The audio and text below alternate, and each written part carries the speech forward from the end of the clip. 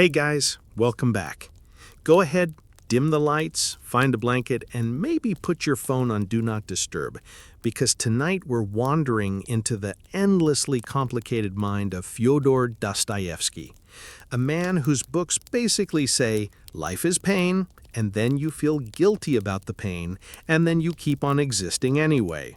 Perfect bedtime reading, right?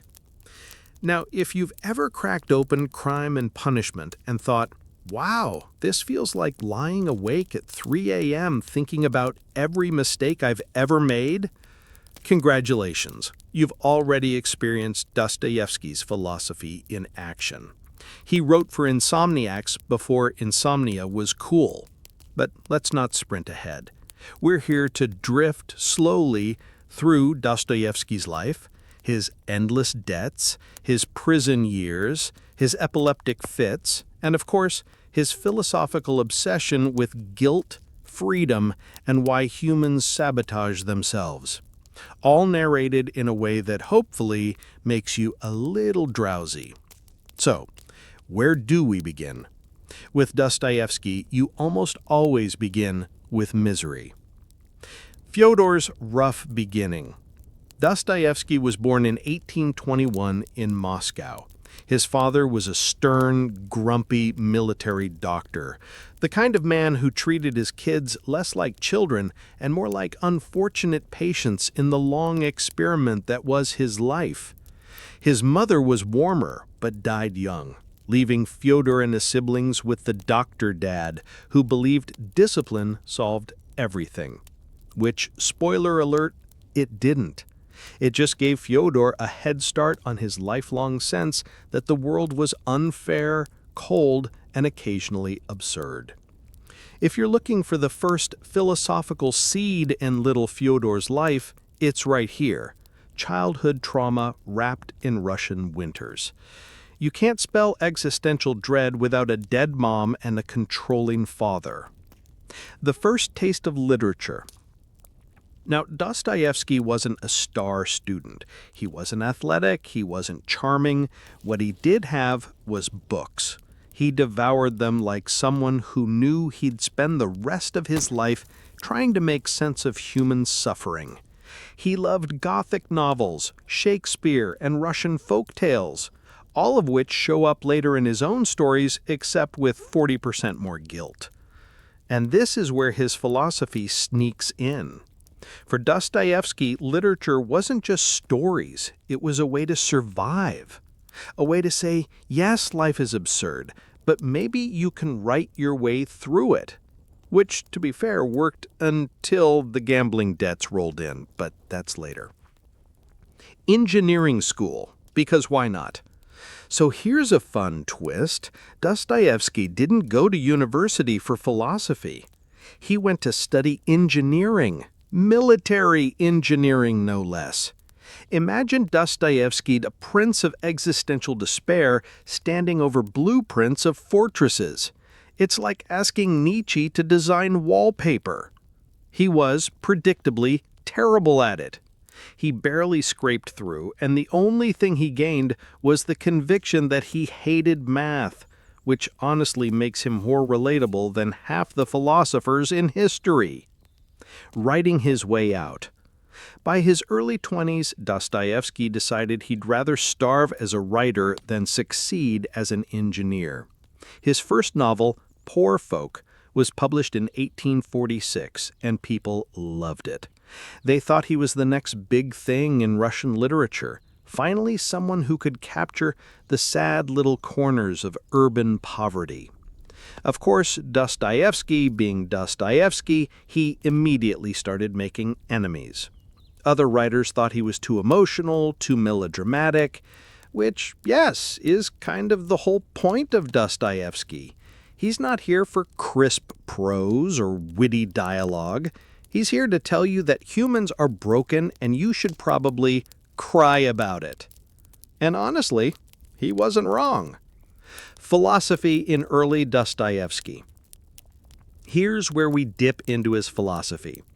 Early Dostoevsky believed in empathy, that if you show the poor, the sick, the downtrodden, people might care.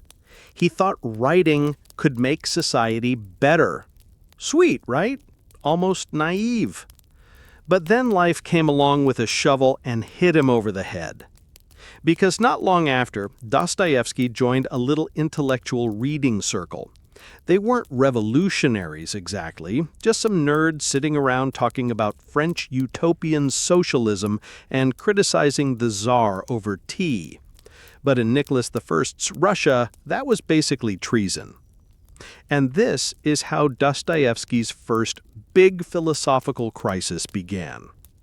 Arrest, prison, and the firing squad that wasn't. In 1849, Dostoevsky was arrested.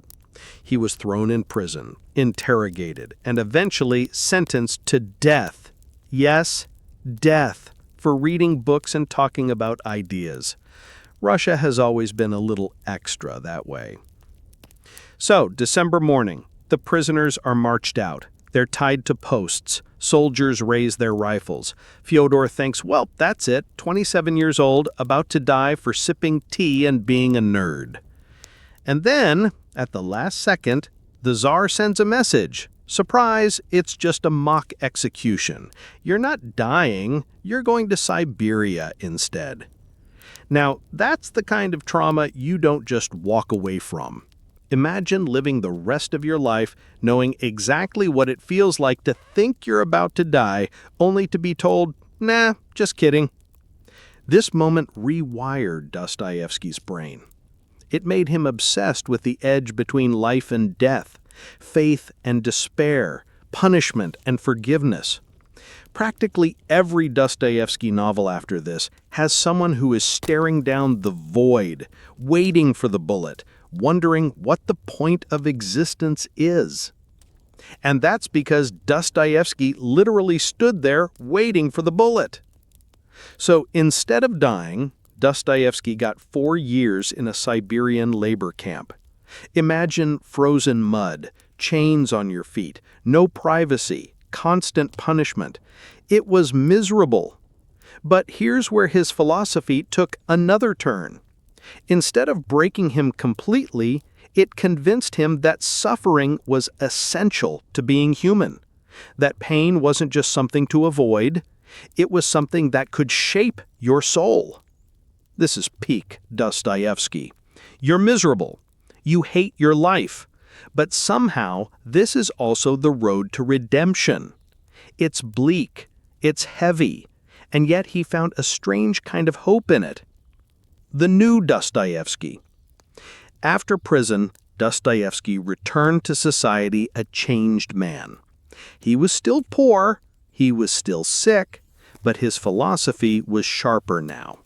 He no longer believed in easy social reforms. He didn't think you could just pass a law or print a pamphlet and fix humanity. No, he believed humans were irrational, self-destructive, and kind of addicted to their own misery. We don't want utopia, he said.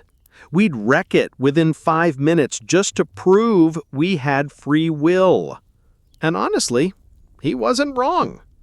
Floating toward his philosophy. So to sum up where we are so far, childhood trauma, failed engineer, promising writer, nearly executed, years in Siberia, and all of that led Dostoevsky to one central question. Why do humans keep choosing suffering even when happiness is right in front of them? It's the question at the heart of his philosophy, and the one that makes his novels such bedtime brain fog classics.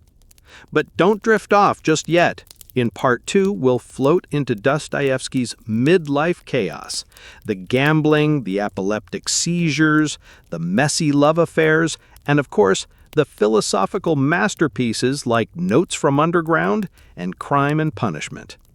Because if anyone knew how to turn self-destruction into philosophy, it was Dostoevsky. So, when we last left Dostoevsky, he'd survived childhood trauma, an overbearing father, an almost execution, and several years of Siberian misery. most people would come out of that experience saying, okay, maybe I should keep my head down and just live quietly. But Dostoevsky wasn't most people. He came back to St. Petersburg like a moth flying directly into the nearest candle flame.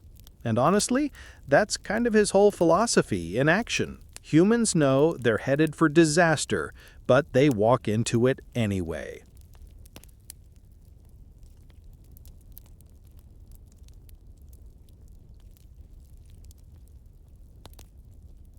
So, when we left Dostoevsky, he was juggling epilepsy, crushing debts, gambling binges, and an inconvenient amount of guilt. Out of that whirlwind came Crime and Punishment, which was basically Dostoevsky screaming, "Humans are irrational disasters and will suffer for it." But Dostoevsky wasn't finished yet. In fact, this is the part of his life where he doubles down on the philosophy, because of course he does.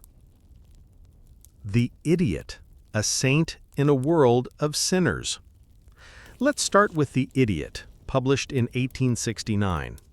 This is the book where Dostoevsky said, okay, what if I created a character who is basically Jesus, but dropped him into 19th century Russian high society? That character is Prince Myshkin. Sweet, kind, painfully honest, epileptic, of course, and utterly unprepared for the Shark Tank of Russian aristocrats. Everyone around Myshkin treats him like a fool because he refuses to play their petty social games. He believes in compassion. He believes in honesty. He doesn't manipulate anyone. So naturally, society chews him up and spits him out. This novel is Dostoevsky's way of asking, can goodness survive in a corrupt world? His answer? Nope, not really. It's not exactly cheerful, but it's pure Dostoevsky. He wants to believe in redemption, he wants to believe in love, but deep down he's convinced the world will crush anyone who tries to be good. And honestly, it's kind of relatable. Who hasn't had that one nice friend who just gets steamrolled by life because they're too decent? Dostoevsky just turned that into a 600-page philosophical novel. Demons, the world on fire. A few years later, Dostoevsky shifted gears with Demons, sometimes called the devils or the possessed. This one is less about guilt and more about politics. Russia in the 1960s was a hotbed of radical ideas. Young intellectuals were experimenting with anarchism, nihilism, and revolution. Dostoevsky, who had once been arrested for hanging out with radicals, now looked at them like a disappointed uncle. So he wrote Demons, which basically says, if you hand society over to reckless idealists with no moral compass, you're going to get chaos, violence, and spiritual emptiness. It's Dostoevsky's way of critiquing both Western rationalism and Russian revolutionary fever. And true to form, it's not subtle. Every character is a walking disaster. There's suicide, murder, conspiracies. Basically, Dostoevsky saying, see, I told you, humans will ruin everything. Philosophically, this book is where Dostoevsky really hammers home his belief that without faith, without some higher moral order, freedom just collapses into madness. So if Notes from Underground was about the individual choosing irrational suffering, Demons is about entire societies choosing it. Faith in the middle of doubt. By this point in his life, Dostoevsky was wrestling hard with religion. He was raised Orthodox, drifted towards socialism in his youth, got smacked by prison and Siberia, and came out convinced that Christianity, specifically Russian Orthodoxy, was the only thing that could save humanity from itself. But here's the twist. Dostoevsky's faith was never simple. He didn't find it easy. He believed because he found it impossible to live without it. In his notebooks, he once wrote, "If someone proved to me that Christ was outside the truth, and the truth really was outside Christ, then I would rather remain with Christ than with the truth." That's not the faith of a man who has everything figured out. That's the faith of someone clinging desperately to the only thing standing between him and total despair. Which, again, is very on-brand Dostoevsky. Anna, the unsung hero. Meanwhile, his second wife, Anna, was still holding his life together with sheer patience. She organized his finances, stopped him from signing terrible publishing contracts, and occasionally managed to drag him away from the roulette tables long enough to write another masterpiece. Without Anna, Dostoevsky probably would have died in debt, unfinished, and half forgotten. With her, he actually managed to pay off his debts, keep writing, and even provide for their children. So if Dostoevsky's novels teach us anything, it's that behind every tragic Russian genius, there's a wife making sure the rent gets paid. So, Dostoevsky has died. The man who gambled away his rent money, collapsed in epileptic fits, ranted about underground men, and wrote entire novels about guilt and redemption, finally took a rest in 1881. But if you think death slowed him down, you're mistaken. Philosophically speaking, Dostoevsky is still very much alive. His ideas drifted across Europe, got tangled up in existentialism, psychology, and theology, and basically refused to go away. It's almost like Dostoevsky was saying, "Sure, I'm gone, but enjoy spending the next 150 years arguing about whether humans are naturally good, naturally evil, or naturally addicted to their own misery." Nietzsche, Brothers in Despair. Let's start with Friedrich Nietzsche. Now, Nietzsche and Dostoevsky never met, but if they had, the conversation would have been incredible. Nietzsche once said Dostoevsky was the only psychologist from whom I have anything to learn. That's about as high as Nietzsche's compliments ever go. What Nietzsche loved was Dostoevsky's honesty about human irrationality. Both men believed people are not ruled by logic, but by strange impulses, guilt, pride, and a need to prove themselves free. But here's the difference. Dostoevsky believed faith in God was the only way out of that chaos. Nietzsche said, "God is dead. Time to invent our own values."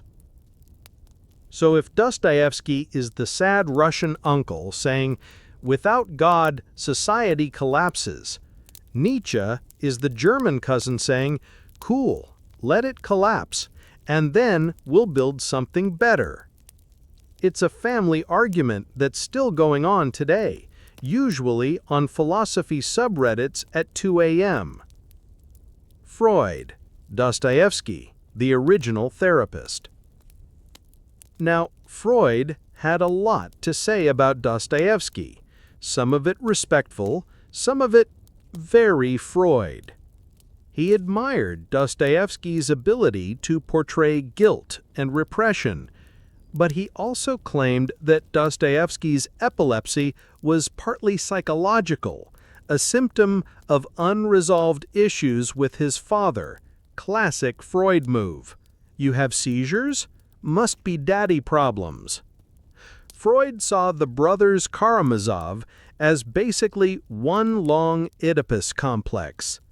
The whole father-son murder plot was, to Freud, proof that Dostoevsky was working through his own daddy issues on paper, which he wasn't entirely wrong about. So, while Dostoevsky saw guilt as a spiritual problem, Freud turned it into a psychological one. Same material, different framework. Existentialists, the club he accidentally founded. Fast forward to the 20th century, and you've got Jean-Paul Sartre and Albert Camus in Paris, sipping coffee and brooding about absurdity. And lurking behind them, quietly influencing everything, is Dostoevsky. Sartre loved the way Dostoevsky's characters reveal human freedom through terrible decisions. Camus, on the other hand, saw in Dostoevsky both a rival and a warning. Camus admired the brothers Karamazov, but he hated the idea that suffering could only be redeemed through faith. For Camus, the universe was absurd, and we just had to live with it, without divine backup. He basically said, "Nice novels, Fyodor, but I'll pass on the God part." And yet, even in disagreeing with him, Camus was shaped by him. Dostoevsky had already mapped the territory of absurd suffering. Camus just took a different path through it. The theologians and the believers. Outside philosophy classrooms, Dostoevsky also became a hero to theologians and religious thinkers. His novels weren't apologetics in the traditional sense, but they dramatized the real struggles of faith, doubt, despair, temptation, the longing for redemption. People like Martin Luther King Jr., Reinhold Niebuhr, and modern Christian philosophers have cited Dostoevsky as a voice that takes evil and suffering seriously, instead of brushing them aside. And honestly, that's why he still resonates. He didn't give easy answers. He let his characters wrestle with the same questions people still wrestle with in therapy, in confessionals, or alone at night when the ceiling feels too close. Dostoevsky in the modern world. So, why does Dostoevsky still matter? Because everything he obsessed over is still with us. We still gamble with our futures, even when we know the odds are against us. We still sabotage our own happiness just to prove we're free. We still wrestle with guilt, shame, faith, and meaning. Every time someone says, "I know this is a bad idea, but I'm doing it anyway," that's Dostoevsky. Every time someone stares into the mirror and asks, "Am I a good person or just pretending?" that's Dostoevsky. And every time someone feels the weight of suffering, but also the strange possibility that suffering could change them, that's Dostoevsky. He's less of a philosopher in the classroom sense and more of a philosopher in the human sense. He's not neat, not systematic, not easy, but he's painfully real. A gentle drift toward sleep. So now, after 4 long parts, let's float back. Dostoevsky's life was chaos, poverty, prison, seizures, gambling, messy love. His philosophy was heavy, irrational freedom, guilt, suffering, faith. His novels are dense, dark, and a little exhausting. And yet, there's a reason people still read him. There's a strange comfort in his work. Not because he offers solutions, but because he makes you feel less alone in your confusion. If you've ever thought, "Why do I keep making bad choices? Why do I ruin my own happiness? And why do I feel guilty for being alive?" Dostoevsky is sitting there in the 19th century nodding, saying, "Yeah, same." And maybe that's why he's perfect for bedtime. His words remind us that the messiness of being human is universal, ancient, and kind of inevitable. And knowing that, maybe it's just a little easier to close your eyes and let go. One last whisper. So tonight, as you drift off, remember Dostoevsky's strange, weary comfort. Humans are irrational. Humans are guilty. Humans are flawed. But maybe in all that suffering, there's a trace of redemption. Good night. So, Dostoevsky's body has been in the ground for over a century, but in a way, he never left the conversation.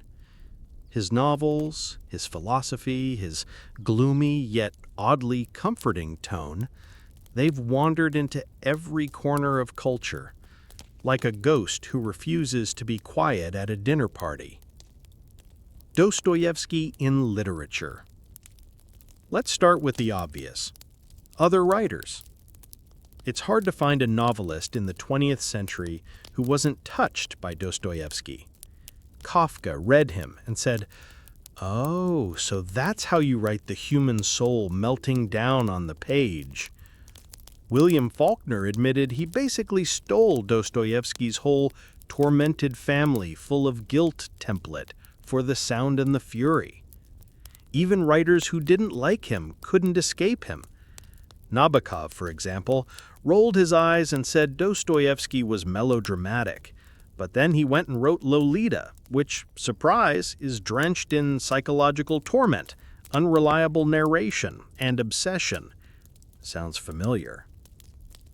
Basically, if you've read any modern novel where a character spends 30 pages doubting themselves while spiraling into bad decisions, you can thank Dostoevsky. Dostoevsky on screen. Movies and TV shows have borrowed Dostoevsky's themes endlessly. You'll see echoes of Crime and Punishment in almost every crime drama with a guilty detective. You'll see the Brothers Karamazov in dysfunctional family sagas where everyone has secrets.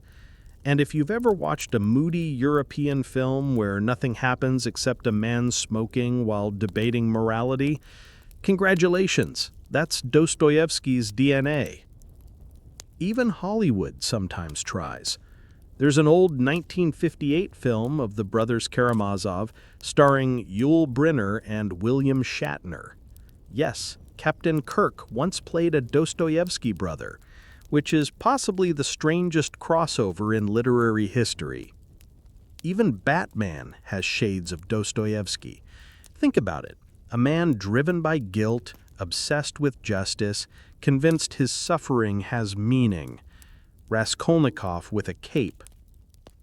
Dostoevsky in psychology and therapy. Then there's psychology. Freud wasn't the last to pick him apart.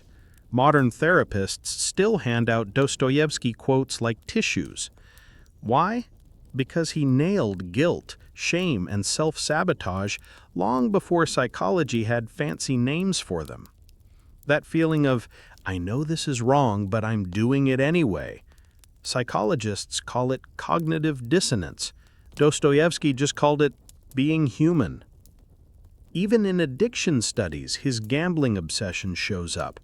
Researchers still cite his behavior as a textbook case of compulsive self-destruction. The man basically wrote his own DSM entry without realizing it. Dostoevsky in everyday life. But here's where it gets fun. Dostoevsky has also snuck into everyday culture. Ever seen those internet memes that say things like, "Me, I want happiness. Also me, actively ruins my own life." That's basically Notes from Underground condensed into a tweet. Or how about the endless self-aware jokes about procrastination, guilt, or late-night overthinking? Dostoevsky is the patron saint of that vibe. He would have been a terrible social media user, but also he invented the energy behind it. Even gaming communities talk about him. There's a running joke that if Dostoevsky played video games, he'd only play Dark Souls. Because, of course he would. It's punishing, it's miserable, and it somehow makes you feel alive. The Russian soul exported. And of course, in Russia, Dostoevsky is still seen as the great psychologist of the Russian soul, whatever that actually means.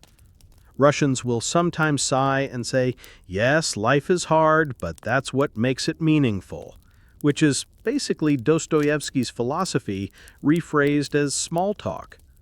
Even in politics, he gets quoted, sometimes awkwardly, sometimes reverently. He's one of those writers everyone wants on their side, even when he probably wouldn't have agreed with them. Dostoevsky for bedtime. So, why are we still reading him at night or listening to his philosophy in a sleepy monologue? Because Dostoevsky makes misery oddly gentle. He doesn't sugarcoat life. He tells you straight up, people are irrational, they're guilty, they ruin themselves. And yet he says it in a way that feels less like judgment and more like recognition. It's like he's whispering, you're not broken because you feel guilty. You're not strange for making bad choices. You're just human. Welcome to the club. And that's actually kind of soothing. Floating to the edges of legacy. So, here we are with Dostoevsky's philosophy still echoing in novels that spiral into guilt, in films that brood about morality, in therapy sessions about shame, in memes about self-sabotage, and in late-night thoughts when you can't sleep. Dostoevsky never really leaves. He's like that background hum in your mind when you're trying to relax. The hum that says, yes, life is hard, but maybe in the hardness there's something real. And maybe that's why we keep returning to him. Not for comfort exactly, but for the strange peace of knowing someone else already wrestled with the same shadows. A slow goodnight. So, as part 5 comes to a close, just let yourself drift. Imagine Dostoevsky sitting at a desk, candle burning low, scribbling in a notebook, muttering about guilt while his wife shakes her head in the background. Imagine him wandering into the modern world, scrolling through existential memes, quietly nodding, yes, that's exactly what I meant.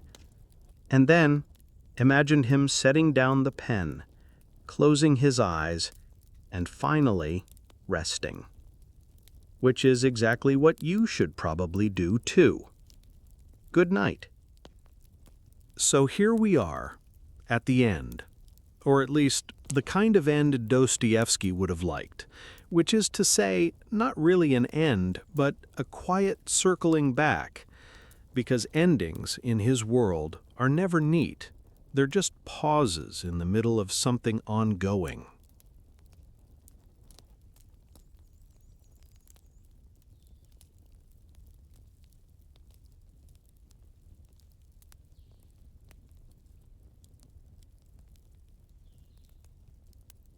So, we've already said goodnight. But Dostoevsky isn't the kind of friend who leaves quickly. He lingers. He sits by the door with his coat half on, still talking, still circling back to the same themes.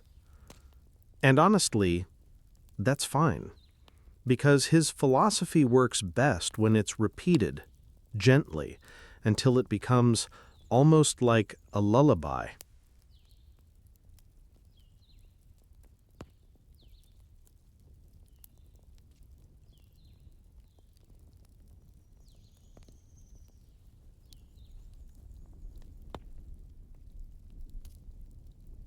So here we are, the last circle, the last drift. Not really an ending, but a fading. Because Dostoevsky's thoughts don't stop. They hum, they repeat, they echo in the quiet, long after the words are gone, whispering the same truths. Life is suffering. Life is freedom. Life is guilt. Life is love. Life is faith. Over and over he returned to those 5 chords, like a song that never resolves, like a lullaby without an ending note. And the more he repeated them, the truer they became. The rhythm of being human. You suffer, and then you love. You fail, and then you reach. You doubt, and then you believe, if only for a moment. This rhythm, back and forth, rise and fall, was his whole philosophy. Not a straight line, not a clean solution, just the rhythm of being human. And maybe, in its own strange way, that rhythm is enough. A candle in the dark. Picture it again. A candle burning in a cold room. The flame bends, it flickers, it almost dies, but it doesn't. That was Dostoevsky's faith. Not bright, not steady, but alive. And alive was enough. A gentle confession. If Dostoevsky were here, he wouldn't lecture you. He wouldn't preach. He'd probably just sit beside you, quietly, and say, "Yes, I know. It's hard. You feel guilty. You feel small. But that's okay. That means you're human." And then he'd smile that tired, knowing smile, not to solve your problems, but to remind you that you're not alone in them. Fading into silence. So let's circle one last time. Suffering, freedom, guilt, love, faith. Each one heavy, each one tender, each one yours. Let them settle now. Let them rest. Let them sink into the quiet, like stones sinking into still water. And as the ripples fade, there's only silence, only breath, only sleep. Good night, Dostoevsky. Good night, listener. Good night to the strange, fragile, beautiful thing we call life. The story is over, and yet it isn't, because stories don't really end. They linger. They repeat themselves softly until they dissolve into silence. Dostoevsky would have liked that. The gentle repetition. Freedom. Suffering. Guilt. Love. Faith. The same 5 words. The same 5 notes of his lullaby. Over and over. Softly. Until they stop being ideas and become simply breath. Drifting through the dark. Imagine walking slowly through a quiet city. The lamps are dim, the streets are empty. Your footsteps echo, then fade. You're not walking anywhere in particular. You're just drifting. Like a character in one of his novels. Searching for meaning, finding only the night. And yet, that night is calm.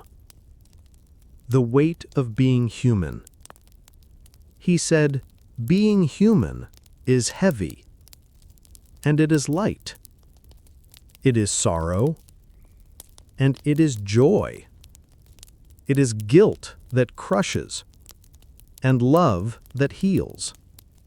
It is doubt that gnaws, and faith that flickers. All of it together. Always together. never separated.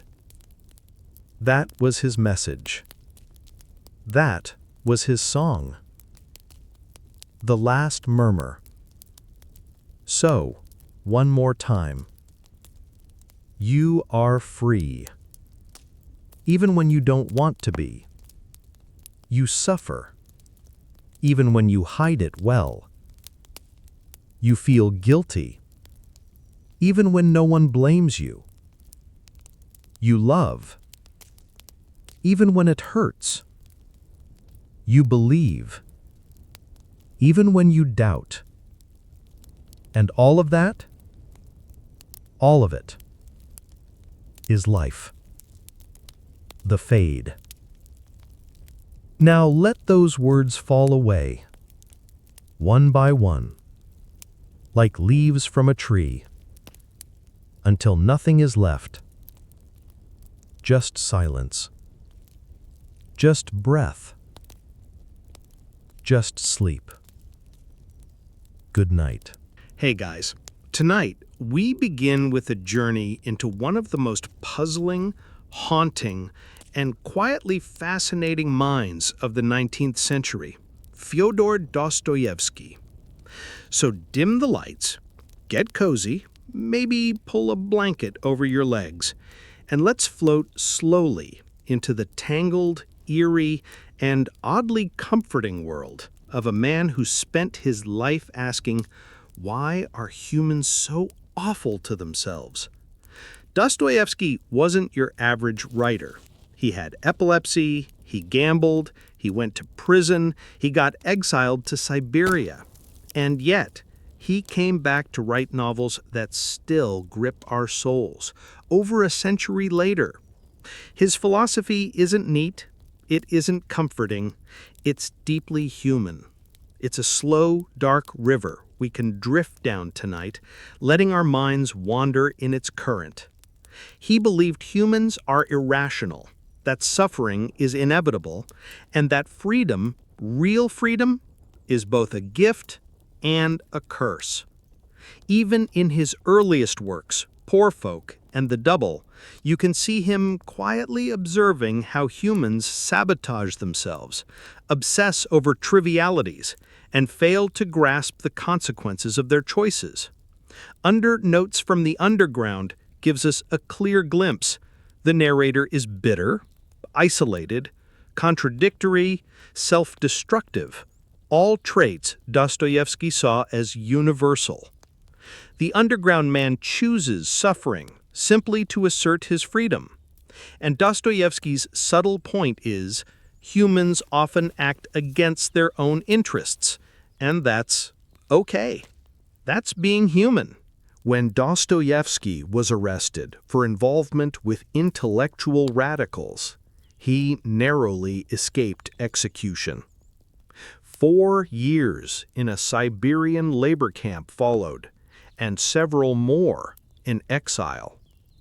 During this period, he had time to think about human suffering, redemption, and the paradoxical nature of freedom. He watched people endure misery or crumble in despair. Slowly, he developed his philosophy. Suffering is unavoidable, but how we respond through faith, love, or moral striving defines the human experience. Even in exile, he observed human absurdity. He wrote letters, journals, and essays, dissecting contradictions, idiosyncrasies, laying the foundation for his novels. By the time he returned from Siberia, he had begun writing his greatest works. The Idiot introduced Prince Myshkin, saintly, epileptic, painfully honest, socially awkward, a walking test of society's tolerance for morality. Dostoevsky asks, can genuine goodness survive in a world that rewards cunning and cruelty? His answer, softly but firmly, is no. Then came Demons, a brutal satire of radical politics and nihilism. He shows how idealistic revolutionaries can plunge society into chaos. A warning: without moral compass or faith, freedom can turn to self-destruction. The Brothers Karamazov brings all ideas together: freedom, morality, faith, doubt, love, guilt. Ivan questions God, Dmitri acts on impulse, Alyosha embodies hope. Fyodor Pavlovich represents greed, corruption, human cruelty. Dostoevsky's philosophy is clear: humans are irrational. Freedom can be perilous. Guilt is universal. Redemption comes through suffering and faith. Dostoevsky died in 1881, but his influence persisted. He shaped Freud, Nietzsche, Sartre, Camus, and countless novelists.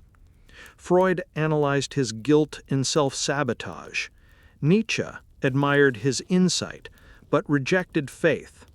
Sartre and Camus wrestled with absurdity and freedom. Even today, Dostoevsky echoes in literature, film, psychology, and everyday culture. Crime dramas, dysfunctional family sagas, even internet memes carry traces of his philosophy. His insight into suffering, guilt, love, and faith remains comforting, sleep-inducing. Dostoevsky appears in novels, films, therapy sessions, memes about procrastination, guilt, self-sabotage. Video games like Dark Souls feel like his spiritual descendants, punishing, chaotic, but meaningful. In Russia, he is the symbol of the Russian soul. Through it all, his voice whispers, "You are not alone.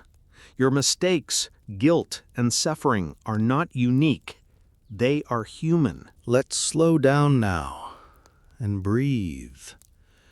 Dostoevsky's philosophy can be reduced to 5 pillars: suffering, freedom, guilt, love, faith.